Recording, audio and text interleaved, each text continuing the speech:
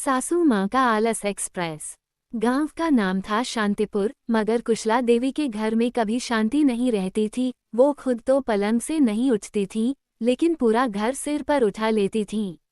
कुशला देवी, उम्र कोई 55 के आसपास, काम से ऐसे चिढ़ती थी जैसे बच्चा करेले से।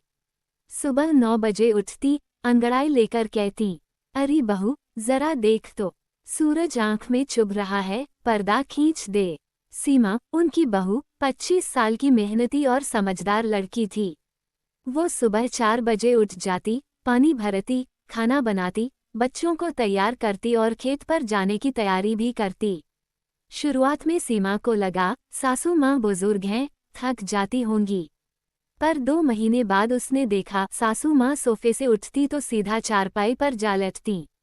शाम को गांव की औरतें बर्तन लेकर नल पर जाती, तो कुशला देवी आंगन से आवाज देती, सीमा, आज तो तेरा काम जल्दी हो गया होगा, जरा मेरा भी बाल धो दे। सीमा मुस्कुराती थी, मगर धीरे धीरे वो थकने लगी। एक दिन वो अपनी सहेली कमला से बोली, मेरी सास तो पलंग तोड़ एक्सप्रेस है, रोज नई फरमाइश। कमला ने हंसते हुए कहा, कभी तू ही पलंग पकड़ ले, देख कितना असर होता है। सीमा को बात जंच गई। अगले दिन वह भी बिस्तर पर लेट गई, सिर पर ठंडी पट्टी रख ली। सास को आवाज दी, माँ जी, आज बहुत तेज बुखार है, चाय मिलेगी क्या? सासू माँ चौंकी, अरे बाप रे, अब तो घर ही बैठ गया। थोड़ी देर तक उन्होंने इंतजार किया कि बहू खुद उठेगी, पर जब किसी ने चाय नहीं दी तो वो उठी। हाथ में कांपते हुए कप पकड़ा, चाय बनाई।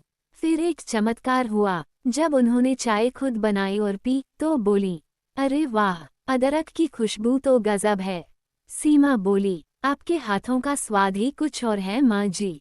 बस तारीफ का असर ऐसा हुआ कि अगले दिन कुशला देवी ने खुद से झाड़ू उठाए। धीरे धीरे उन्होंने सब्जी काटना सीखा, फिर रोटियां बेलनी भी शुरू कर दी। गांव की औरतें अब कहने लगीं, अरे कुशला दीदी तो अब मिसाल बन गई हैं। एक दिन सीमा ने धीरे से कहा, माँ जी, अगर आप सिखाएंगी तो मैं भी आपकी तरह स्वादिष्ट अचार बनाना सीख जाऊंगी। सासू माँ का दिल पिघल गया। बोली, तू तो मेरी बेटी बन गई रे। अब दोनों की जोड़ी ऐसी बनी कि घर में खुशियां लौट आईं। सीमा को एक माँ मिली और कुशला देवी को बहू में बेटी।